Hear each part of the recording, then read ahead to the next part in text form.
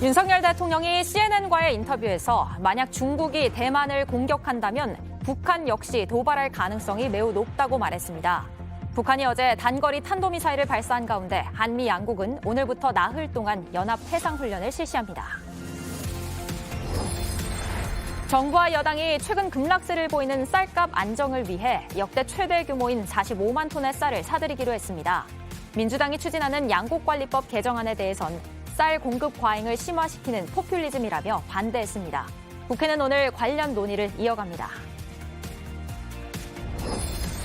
오늘부터 야외에서는 마스크 착용 의무가 완전히 사라집니다. 하지만 방역당국은 고령층 등 고위험군이나 사람이 많이 밀집하는 환경에서는 마스크를 계속 착용하라고 권고했습니다. 월요일인 오늘도 전국이 대체로 맑겠습니다. 아침 기온은 대관령이 7도, 서울은 16도에 머무는 등 쌀쌀하지만 낮 기온은 서울과 대전 26도, 부산 24도 등으로 일교차가 10도에서 15도가량 크게 벌어지겠습니다.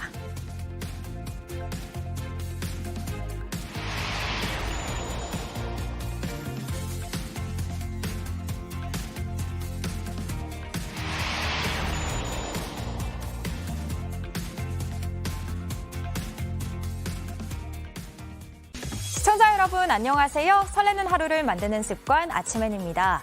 주말 잘 보내셨나요? 완연한 가을이 느껴지는 9월의 마지막 월요일입니다. 오늘 준비된 소식들 먼저 살펴보겠습니다. 자, 오랜만에 만나는 유미애 기자, 오늘 아침엔 월드 소식도 소개해 주시죠. 네, 러시아가 군 징집 대상에서 N의 아빠 등을 제외하기로 한 가운데 징집 대상을 두고도 논란이 일고 있다는 소식과 일본 외에도 입국 규제를 푸는 아시아 국가들은 어디인지 알아보겠습니다. 또 여자 무솔리니로 불리는 극우 성향의 멜로니가 이탈리아의 차기 총리가 될 가능성이 높다는 소식도 전해드리겠습니다. 네, 이도성 기자, 오늘 아침엔에선 어떤 소식이 기다리고 있나요? 서울시가 주최한 행사에 설치된 의상대여소에서 일왕과 일제헌병대 옷을 대여 목록에 포함했던 사실이 뒤늦게 알려지면서 논란이 일고 있습니다. 서울시는 대행업체가 계약을 위반한 것이라고 해명했습니다. 지난 2019년 옛 광주교도소 자리에서 무더기로 발견된 유골 가운데 하나가 5.18 민주화운동 관련 행방불명자인 것으로 최근 확인됐습니다. 더 자세한 이야기들 조금 뒤 전해드립니다. 또 오늘 아침엔 라이프에선 권혁중 경제평론가와 미국의 금리 인상 이후 증시 흐름 짚어보고 앞으로는 어떻게 될지 전망해보는 시간 가져보겠습니다. 9월 26일 월요일 아침엔 시작합니다.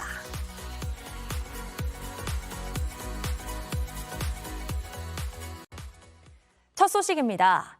대만을 두고 미국과 중국의 갈등이 커지고 있는데요. 윤석열 대통령이 CNN과의 인터뷰에서 한국 입장에선 대만 문제보다는 북핵 위협이 우선이라고 말했습니다. 이번 주 방한 예정인 카멀라 해리스 미국 부통령을 만나면 역시 이 문제를 논의하게 될 걸로 보입니다. 워싱턴 김필규 특파원입니다. CNN 앵커는 윤석열 대통령과의 인터뷰에서 중국이 대만을 공격할 경우 미국을 지원할 건지 물었습니다. 만약에 중국이 대만을 In the case of military conflict around Taiwan, there would be increased possibility of North Korean provocation.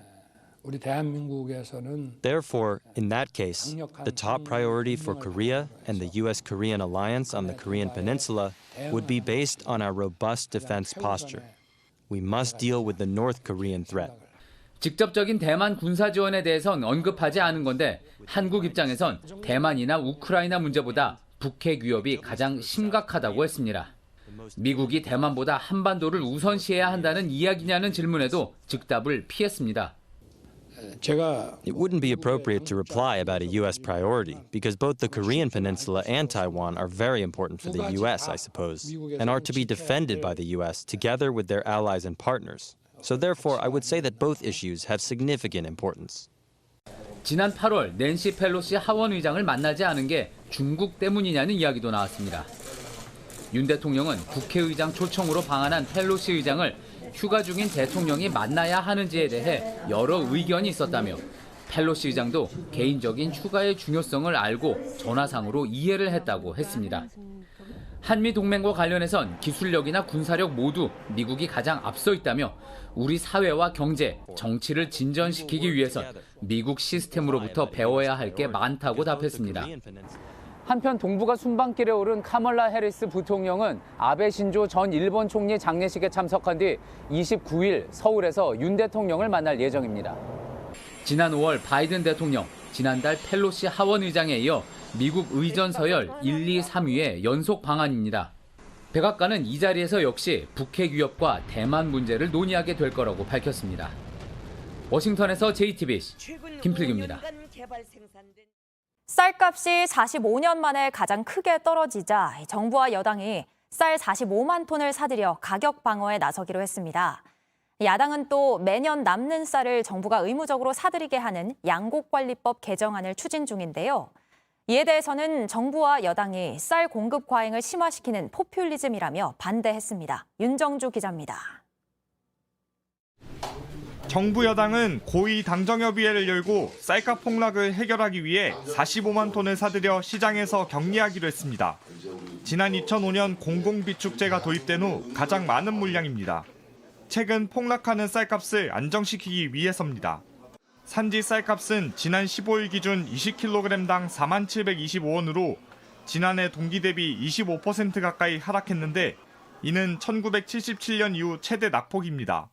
쌀값을 상승세로 전환시키기 위해서는 초과 생산량 이상의 물량을 수확기의 전량 시장에서 격리해야 할 필요가 있다고 판단하였습니다.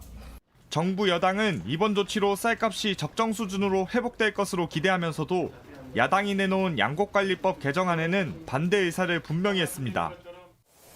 남는 쌀을 국가가 의무로 매입하게 되면 쌀값 공급 과잉을 심화시킬 뿐 아니라 국가 재정 부담이 커질 수 있다는 겁니다. 하지만 민주당은 7대 핵심 입법과제에 양곡관리법 개정안을 포함할 정도로 적극적입니다. 여차하면 단독 처리도 강행하겠다는 입장입니다. 건전 재정이 농민의 생존권을 포기할 명분이 될 수는 없습니다. 이번 정기국회에서 중점 처리할 것을 국민께 약속드립니다. 민주당이 오늘 국회 농해수위에서 양곡관리법을 상정하겠다고 밝힌 가운데 국민의힘은 민주당이 법안을 단독으로 처리할 경우 대통령 거부권 행사를 건의하겠다고 맞서고 있어 여야 간 파열음이 커질 것으로 보입니다. JTBC 윤정주입니다. 이와 함께 정부와 여당은 스토킹 범죄에 대한 처벌을 강화하는 방안도 추진하기로 했습니다. 스토킹 처벌법이 이미 지난해 국회를 통과해 시행 중이지만 신당역 살인 사건을 통해 그 한계가 드러난 만큼 보완하겠다는 취지인데요. 피해자가 원하지 않으면 처벌할 수 없는 반의사 불벌죄 조항을 없애고 온라인 스토킹도 처벌할 수 있도록 하겠다는 게 핵심 내용입니다. 정원석 기자입니다. 살인을 저지르기 전 전주환은 피해자의 집요하게 문자 메시지를 보냈습니다. 스토킹 혐의로 고소당했지만 1차 구속영장은 기각된 상태였습니다. 합의를 요구하기 위해서였습니다. 현행 스토킹 처벌법은 반의사 불벌죄에 해당해 피해자가 처벌을 원하지 않는다는 명시적 의사를 밝힐 경우 형사처벌을 하지 않기 때문입니다. 가해자는 실형을 피하려 피해자의 합의를 종용하는 일이 많을 수밖에 없습니다. 이 과정에 피해자는 2차 가해에 노출되는 겁니다.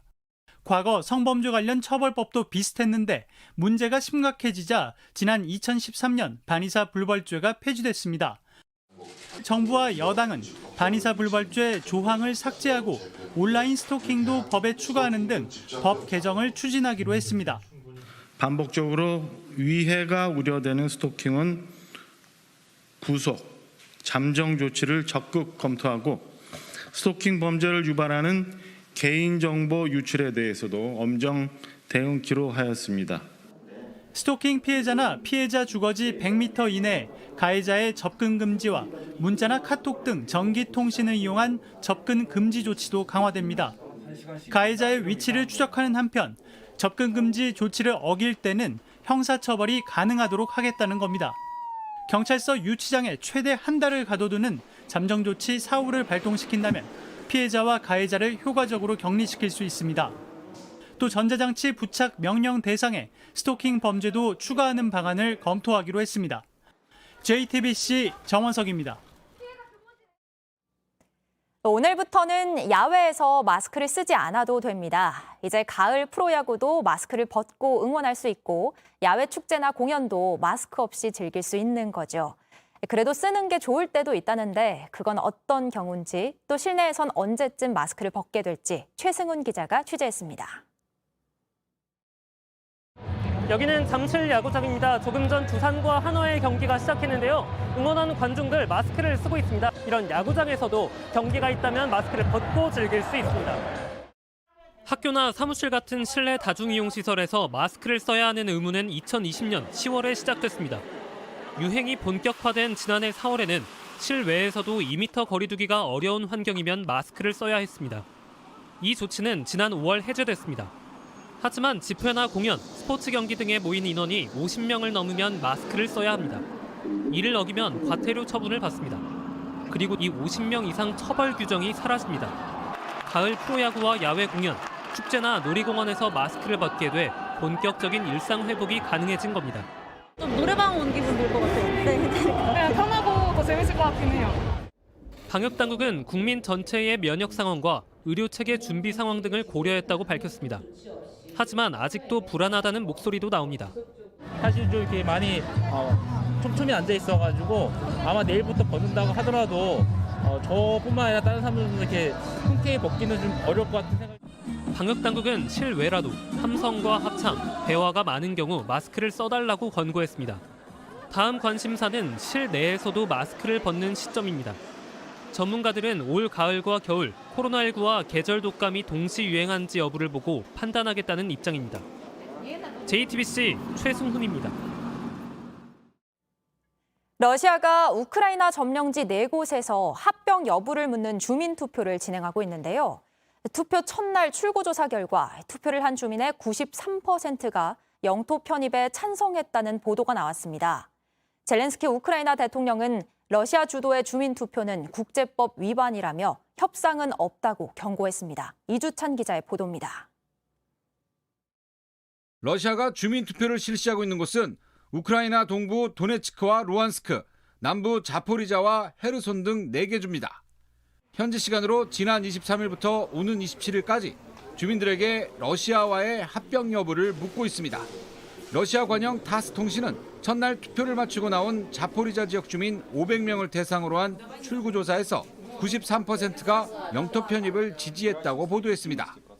И по итогам этих референдумов, как я уже сказал, Россия, конечно же, отнесется с уважением к волеизъявлению людей, которые долгие годы страдали от бесчинств неонацистского режима. 젤렌스키 우크라이나 대통령과 서방은 러시아 주도의 주민투표는 국제법 위반이라며 강하게 반발했습니다. 이미 대다수 주민들이 피난을 떠났고 남은 주민들은 러시아계이거나 친러시아 성향일 가능성이 높다고 지적합니다. 젤렌스키 대통령은 러시아와의 협상은 불가능하다고 경고했습니다. It's Russia, it's our territory. Look, we conducted referenda.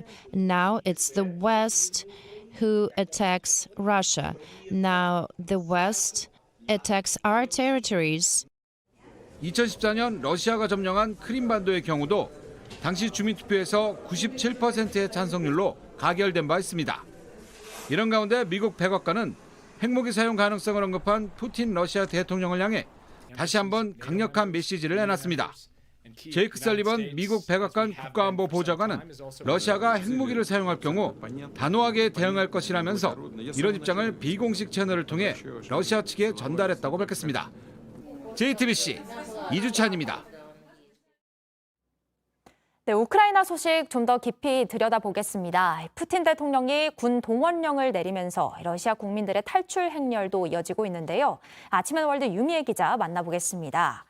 유미애 기자, 그러니까 러시아에서 지금 동원령을 피하려는 탈출 행렬도 이어지고 있는데 동원령의 대상도 논란이 되고 있다고요. 네, 조금 황당한 내용인데요. 다자녀 가구는 징집 대상에서 빠집니다. 그런데 그 다자녀의 기준이 16세 이하 자녀를 4명 이상 둔 경우만 해당됩니다.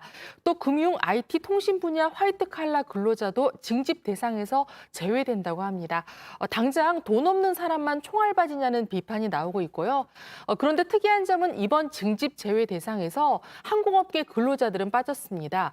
이에 대해 한 매체는 항공사가 원활하게 돌아갈 경우 젊은 남성들이 해외로 탈출하는 걸 막을 수 없기 때문이라는 분석을 내놓기도 했습니다. 젤렌스키 우크라이나 대통령은 이는 무덤으로 가는 동원령이라면서 러시아 군인들에게 3가지를 보장하겠다고 했는데요. 잠깐 들어보시겠습니다. С вами будут обращаться цивилизованно, в соответствии со всеми конвенциями. Второе. Никто не узнает обстоятельства того, как вы сдались в плен. Никто в России не узнает, что ваша сдача в плен была добровольной. И третье. Если вы будете бояться возвращаться в Россию и сами не захотите обмена, мы найдем способ обеспечить и это.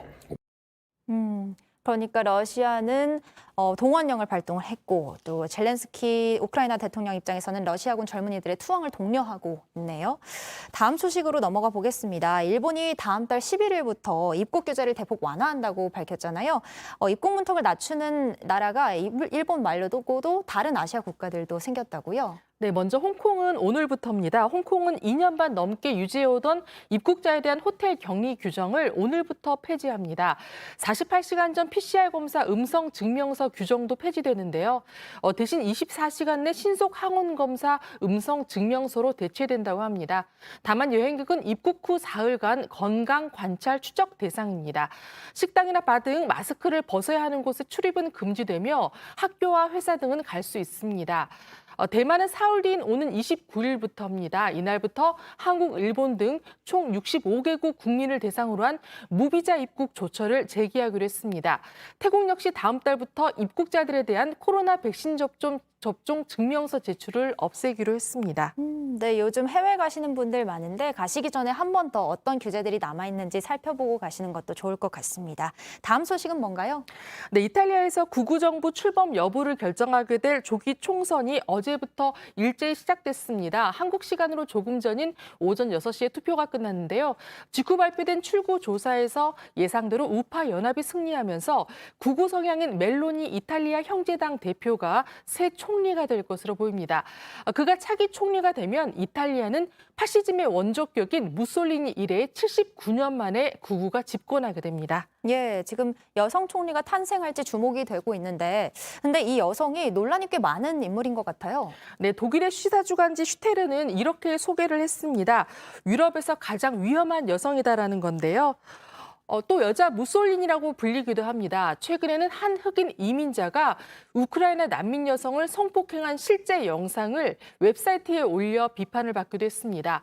올해 45살로 15세의 무솔리니의 추종자들이 설립한 극우 정당에 가입하며 정계에 발을 들였습니다. 주변 인물의 칠러 성향도 우려가 되는데요. 우파연합의 살비니 의원은 과거 모스크바를 찾았을 때 푸틴 대통령의 얼굴이 그려진 티셔츠를 들고 촬영하기로 했습니다. 유럽연합에선 러시아에 대항하는 서유럽의 단일 대우가 흐트러질 수 있다는 우려가 나오고 있습니다. 예, 멜로니의 등장이 지금 이탈리아는 물론이고 유럽이나 국제 정세에도 상당한 파장을 몰고 올 것 같습니다. 지금까지 유미애 기자였습니다. 다음 소식입니다. 북한이 어제 새벽 또 단거리 탄도미사일을 발사했습니다. 지난 6월 이후 약 3개월 만인데 이번엔 오늘부터 대규모 한미연합 해상훈련이 시작되는 동해로 쐈습니다. 정부는 국가안전보장회의를 열고 북한이 유엔 안보리 결의를 명백히 위반했다며 미국 등 우방국과 공조해 대응하기로 했습니다. 김지아 기자가 보도합니다. 북한이 발사한 미사일은 단거리 탄도미사일 한 발입니다. 합동참모본부는 이번 미사일이 고도 60km로 600km를 비행했다고 밝혔습니다. 미사일을 쏜 지역은 평안북도 태천인데 이곳은 핵무기를 보관하는 지하 핵시설이 있는 장소로 추정되고 있어 이번 발사가 핵과 관련이 있을지도 주목되고 있습니다. 북한이 탄도미사일을 발사한 건 올해 들어 17번째.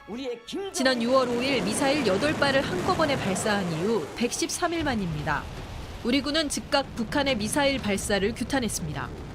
한반도는 물론 국제사회의 평화 안정을 해치는 중대한 도발 행위이며 유엔 안보리 결의에 대한 명백한 위반으로 이를 규탄하며 즉각 중단할 것을 강력히 촉구한다.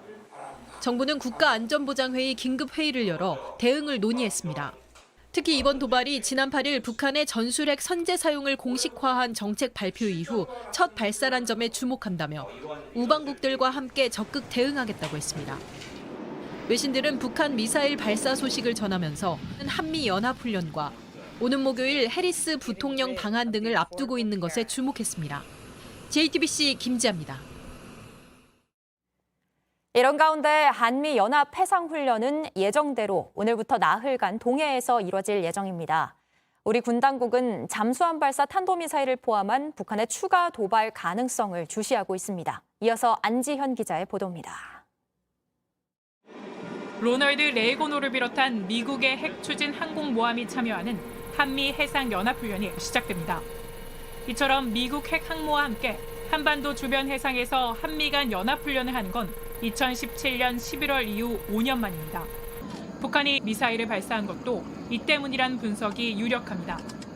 대남 대미 측면에서는 한미 군사훈련에 대한 강대강 맞대응, 더 나아가서 그 SL 비행과 핵실험에 대한 일종의 길닦이용의 의도도 담긴 것으로 분석합니다.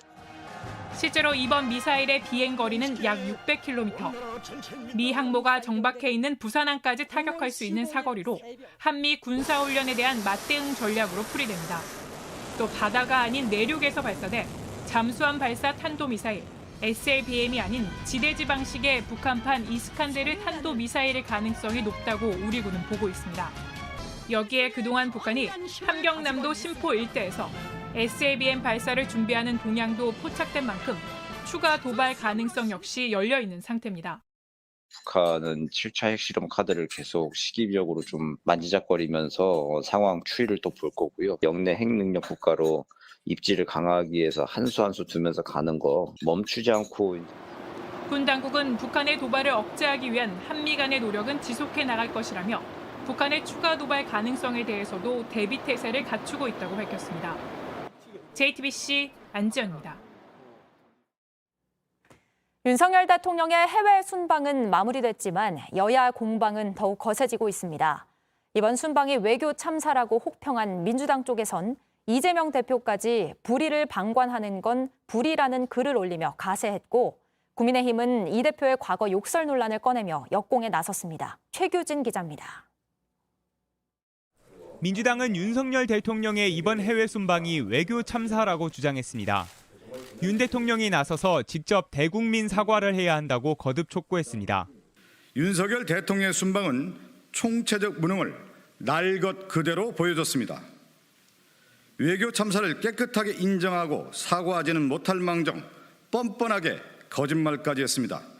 그러면서 비속어 논란에 가려져 미국 순방의 핵심 과제였던 한미 통화 스와프 등은 제대로 다뤄지지도 않았다고 지적했습니다.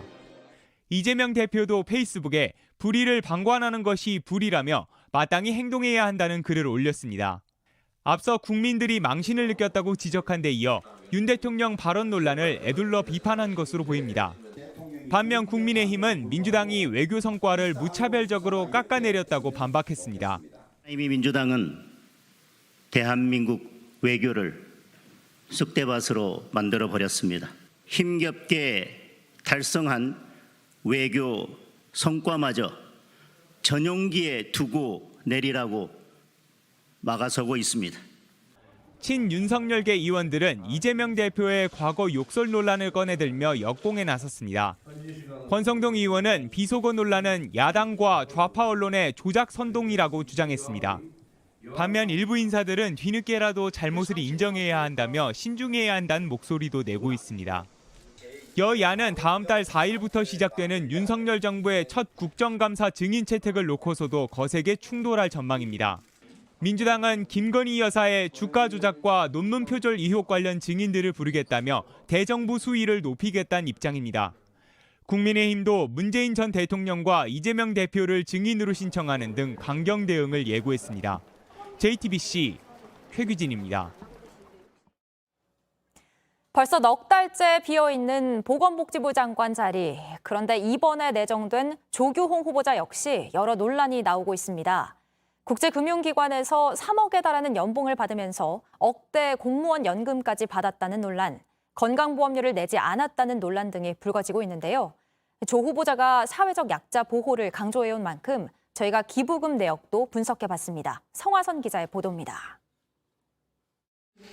조규용 복지부 장관 후보자는 2018년 10월부터 약 3년 동안 유럽 부흥개발은행 EBRD에서 일했습니다. 연봉은 약 2억 5천만 원으로 조 후보자는 퇴직금까지 모두 합해 3년간 약 11억 원을 받았습니다. 그런데 조 후보자는 같은 기간 공무원 연금으로 1억 1천만 원을 받았습니다. 공무원 연금법에는 연금을 뺀 소득이 전년도 한 달 평균 연금보다 많으면 연금을 정지하거나 줄인다고 돼 있어 논란이 일고 있습니다. 조 후보자는 또 연봉 2억 5천만 원을 받는 동안 배우자의 직장 건강보험 피부양자로 등록돼 있던 것으로 나타났습니다. 이에 조 후보자는 EBRD에서 번 소득은 소득세법상 소득으로 보지 않는다며 적법하게 연금을 받은 것이라고 설명했습니다. 소득으로 잡히지 않았기 때문에 자동으로 피부양자가 됐다고 해명했습니다. 조 후보자는 지명 때부터 사회적 약자 보호를 강조했습니다. 사회적 약자를 보호하고 국민의 건강과 삶의 질 향상을 담당하고 있는 보건복지부의 장관 후보자로 지명되어서 막중한 책임감을 느낍니다. 조 후보자의 10년 동안 기부금 내역을 살펴봤습니다. 적십자 회비는 6번 냈고 모교에 낸 대학발전기금 100만 원을 빼면 기부금은 10년 동안 약 17만 원입니다.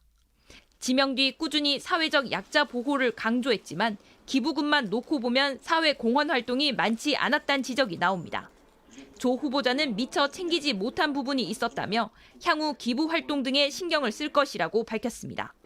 JTBC 성화선입니다. 서울시가 주최한 한 행사에서 과거 일왕과 일제 헌병대 의상을 비치했다가 논란이 일고 있습니다. 사태가 커지자 서울시는 사전에 알지 못했고 해당 업체에 책임을 묻겠다고 했는데요. 오늘 아침에는 이도성 기자와 함께 이야기 나눠보겠습니다. 이도성 기자, 좀 황당한 일이 벌어진 것 같은데요. 이게 어떤 행사였죠?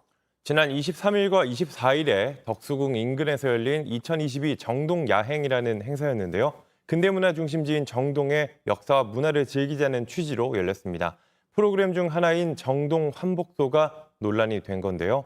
개화기 의상을 직접 입어볼 수 있도록 빌려주는데 고종 황제 대한제국군 의상과 함께 일본왕과 일제 헌병 의상도 있었기 때문입니다. 실제로 행사장에는 일본 천황이라고 쓰여 있었지만 일본 중심의 시각이 담긴 천황이 아닌 왕이라는 표현을 쓰겠습니다. 이 논란이 되자 서울시가 해명했습니다. 사전 협의 당시 목록에는 포함되지 않았던 의상이라 몰랐던 겁니다. 이 법적 책임을 물을 예정이라고도 밝혔는데요. 해당 업체는 여러 의상을 준비하다 사전 목록에 없던 의상을 자체적으로 추가했던 것으로 드러났습니다. 이 업체 대표는 여러 언론을 통해 생각이 짧았다면서 무리를 일으켜 죄송하다고 사과했습니다. 예, 업체 측에서 일단 사과는 한 상황이군요. 그리고 옛 광주교도소 부지에서 유골들을 찾았는데 그중에 하나가 5.18 민주화운동 당시 행방불명됐던 사람인 것으로 확인됐다고요. 네, DNA 분석을 해봤더니 같은 사람인 것으로 확인이 됐습니다. 이 5.18 민주화운동 행방불명자로 인정된 A씨 가족의 DNA와 99.9% 일치한 것으로 나타난 건데요. 발굴된 유골 가운데 유전자 비교 분석이 가능한 160기의 유골 정보를 국립과학수사연구원에서 이관받아 재조사하는 과정에서 밝혀졌습니다. 안매장 의혹과 관련해 유골과 행불자 DNA 정보가 일치했던 건 이번이 처음입니다. 앞서 지난 2019년 옛 광주교도소 무연고 묘지에서는 신원을 알 수 없는 유골 더미가 무더기로 발견됐습니다. 테마파크 조성공사를 위해 합작묘를 수습하다가 유골 262기를 찾았습니다. 저희들이 관리하지 않고 있는 유골이 발견됐기 때문에 그 유골에 대해서 무연고 묘지 내에 묻히게 되었는지 그 연유를 확인하는 것이 핵심이 될 것 같고 DNA 검사 등을 통해서 신원을 정확히 확인하는 것이 급선무이고 옛 광주교도소는 5.18 민주운동 당시 계엄군이 사망한 민간인의 안매장한 장소로 지목된 곳입니다. 안매장 의혹은 군 기록에도 나타나고 안매장에 참여한 군인들의 증언도 쏟아져 사실로 결론이 내려졌지만 지금까지 매장된 유골이 발견된 적이 없었습니다. 이번에 연관성이 드러나면서 5.18 안매장 의혹 관련한 조사도 탄력을 받을 전망입니다. 5.18 조사위원회는 현재 60여 기에 대한 DNA 분석을 마쳤고 나머지 100여 기에 대해서도 분석을 이어가고 있다고 밝혔습니다. 네, 그렇군요. 마지막으로 이 제주살이로도 유명한 배우인데 배우 곽도원 씨가 음주운전 혐의로 입건됐다고요. 네, 어제 새벽에 이 제주 애월읍에 있는 한 도로 위에서 음주운전 사실이 적발됐습니다. 도로에 자신의 차를 세워둔 채 잠이 들었는데 차가 움직이지 않는 걸 이상하게 여긴 주민의 신고로 경찰이 출동해 음주 측정을 했습니다. 당시 혈중 알코올 농도는 면허 취소 수치였던 것으로 알려졌습니다. 곽 씨는 제주시 한리읍에서 애월읍까지 10km 정도를 술을 마신 채 운전했던 것으로 파악됐는데요. 경찰은 다른 사고로 이어지진 않았다며 추후 다시 불러 자세한 경위를 조사할 예정이라고 밝혔습니다. 곽도원 측 소속사는 불미스러운 일이 발생해 깊은 사죄 말씀을 드린다며 이유 불문하고 변명의 여지 없이 책임을 통감하고 있다고 입장문을 냈습니다. 곽도원은 새 영화 개봉을 앞두고 있고 차기작 출연도 확정지은 상태인데요. 이번 음주운전으로 향후 활동에 차질이 불가피해 보입니다. 네, 음주운전은 절대 해서는 안 되죠. 일단은 다친 사람이 없어서 다행입니다. 지금까지 이도성 기자였습니다.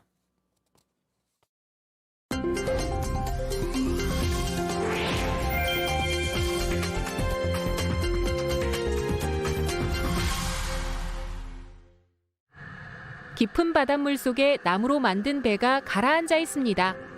길이 20m에 달하는 고대 난파선인데요. 이스라엘 해안을 누비던 잠수부가 우연히 발견해 당국에 알렸습니다. 전문가들이 연구한 결과 호두나무로 만들어진 이 배는 1200여 년 전 이스라엘 해역에서 침몰한 무역선으로 밝혀졌는데요. 배 안에서는 기독교 비잔틴 교회와 관련된 유물들이 잔뜩 나왔습니다. 요즘은 정해진 공연장을 벗어나 뜻밖의 장소에서 무대를 선보이는 예술가들이 많죠. 이 밴드는 하늘 높이 올라갔습니다. 리투아니아 수도 빌뉴스의 TV타워인데요. 높이 170m에 위치한 야외 테라스를 무대 삼아 도시탄생 700주년 축하 공연을 펼쳤습니다. 다들 강심장인 걸까요? 아찔하면서도 탁 트인 전망 속에서 50여 명의 관객이 함께 귀호강을 했는데요. 장소에 대한 고정관념 하나 버렸을 뿐인데 그 어떤 무대의 효과보다 매력을 더하는 것 같습니다. 산책 나와서 기분이 좋은가 보네요. 강아지의 발걸음이 경쾌한데요. 사실은 주인과 함께 회사를 가는 길입니다. 일본의 한 기업이 올해 여름부터 반려견과 함께 근무할 수 있는 사무실을 선보여 화제를 모으고 있는데요. 직원들이 반려견을 데리고 출근할 수 있고 업무도 같은 공간에서 함께 볼 수 있습니다. 한 번에 최대 6마리의 반려견을 동시 수용할 수 있는 사무실 안에는 다양한 반려견 전용 물품들까지 섬세하게 갖추고 있는데요. 코로나 이후 재택근무에 익숙해진 젊은 직장인들을 회사로 끌어내려는 아이디어인데 호응이 뜨겁다고 하네요.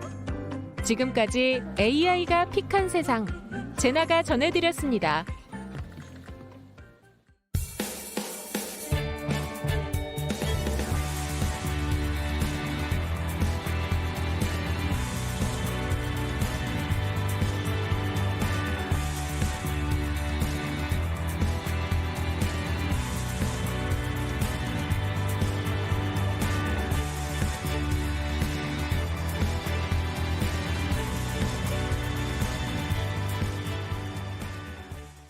지난주 미국이 3연속 자이언트 스텝을 밟으면서 기준금리를 0.75%포인트 인상한 뒤에 세계 증시가 크게 충격을 받고 있습니다.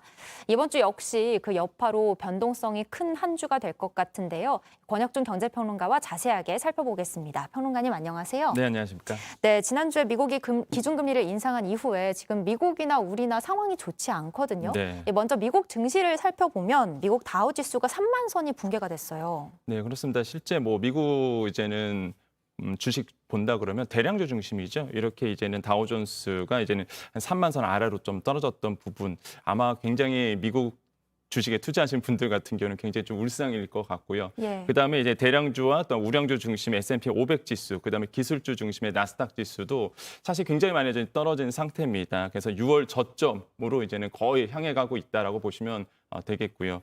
그러다 보니까 사실 우리나라의 서학개미들도 굉장히 좀 울상을 짓고 있고 특히 이제는 긴축이 더 강화될 것으로 보고 있고 그다음에 기준금리 계속적으로 올라갈 것으로 보고 있기 때문에 앞으로 이제는 주가는 더 하래로 하방 압력이 더 가질 수밖에 없고 무엇보다 지난주를 봤을 때 이제는 유로화 가치가 더 많이 떨어졌던 부분 그러다 보니까 더 이제는 금융에 대한 불안성이 확대되면서 외국에 투자하신 분들 같은 경우는 더더욱 또 우리나라도 마찬가지고요. 굉장히 좀 안 좋은 상황으로 가고 있다는 게 지금의 어떤 주가의 향배다라고 말씀을 드리겠습니다. 네, 그러니까 다우지수는 연 최저점을 기록을 네. 했던 거고 우리 증시 역시 지난주에 코스피 2,300선이 무너졌어요. 연 저점을 찍었단 말이죠. 네.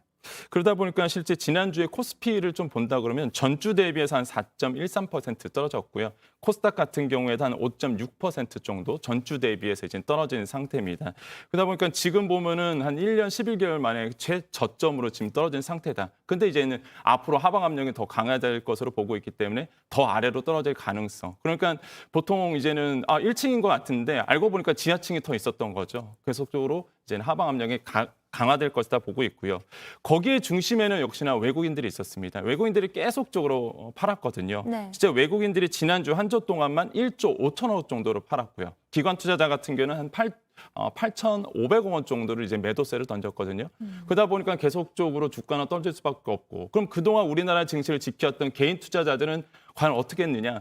개인 투자자도 사실 우리나라의 주식에 흥미를 좀 잃어가고 있다. 이렇게 좀 많이 볼 수. 팔았나요? 예, 실제적으로 이제는 증시 대기성 자금을 얘기하는 이전 투자자 예탁금 규모가 50조 원대로 아래로 내려섰는데 사실 이게 동학개미 운동이 한창 붐이 불었을 때, 그러니까 이제 주식 투자해야 돼.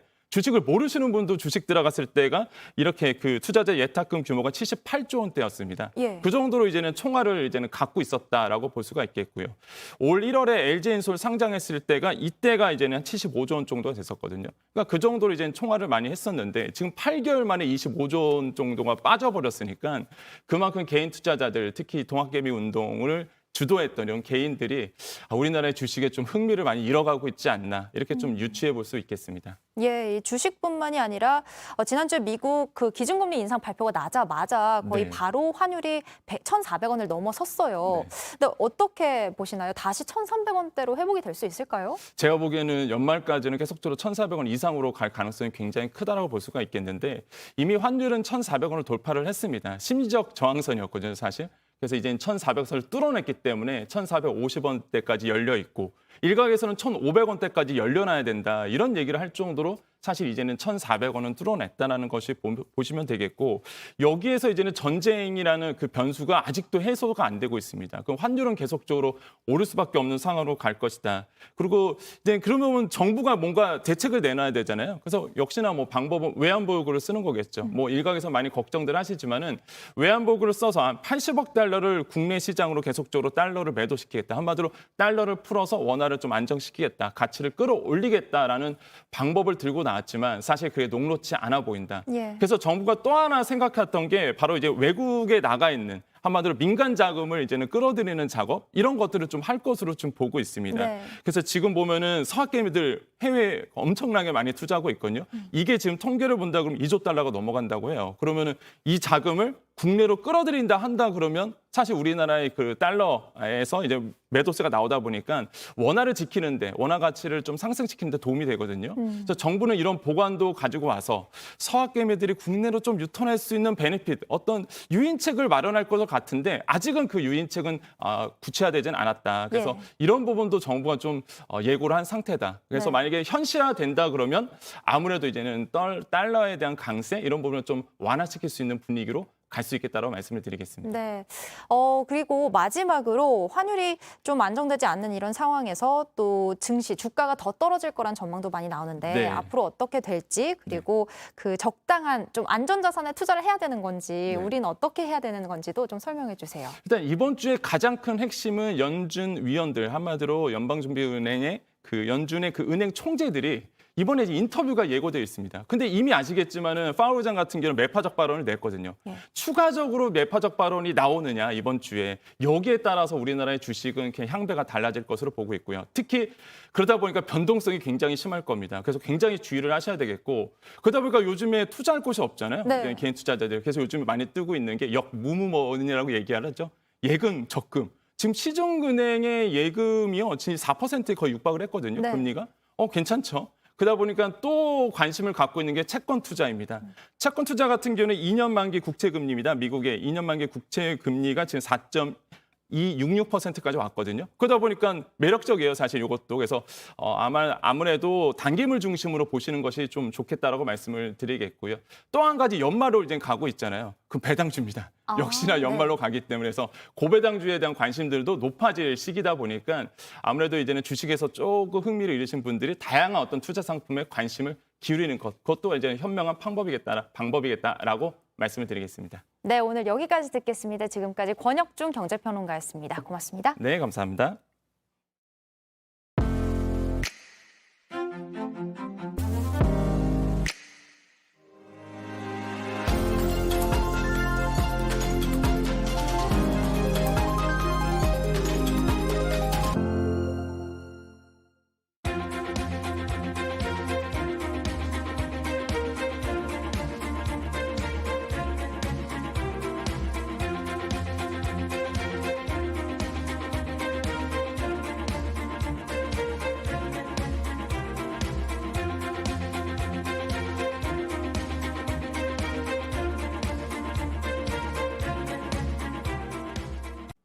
오늘부터 국내 주식을 거래할 때 한 주가 채 되지 않는 소수 단위로 거래할 수 있게 됩니다. 흔히 소수점 거래라고 부르는 소수 단위 거래 서비스는 고가의 주식을 쪼개서 거래하는 것으로 고가 주식을 0.1주나 0.2주 거래할 수 있습니다. 소수점 거래는 당초 과세 여부를 놓고 논란이 있었지만 기획재정부가 소수 단위로 취득한 수익증권을 매도할 때 발생한 소득은 배당소득세나 양도소득세 과세 대상에 해당되지 않는다고 판단해 예정대로 시행할 수 있게 됐습니다. 3개 이상의 금융기관에서 대출을 받은 자영업자가 반년 새 45% 늘고 평균 대출액은 4억 7천만 원에 달해 부실 가능성이 큰 것으로 나타났습니다.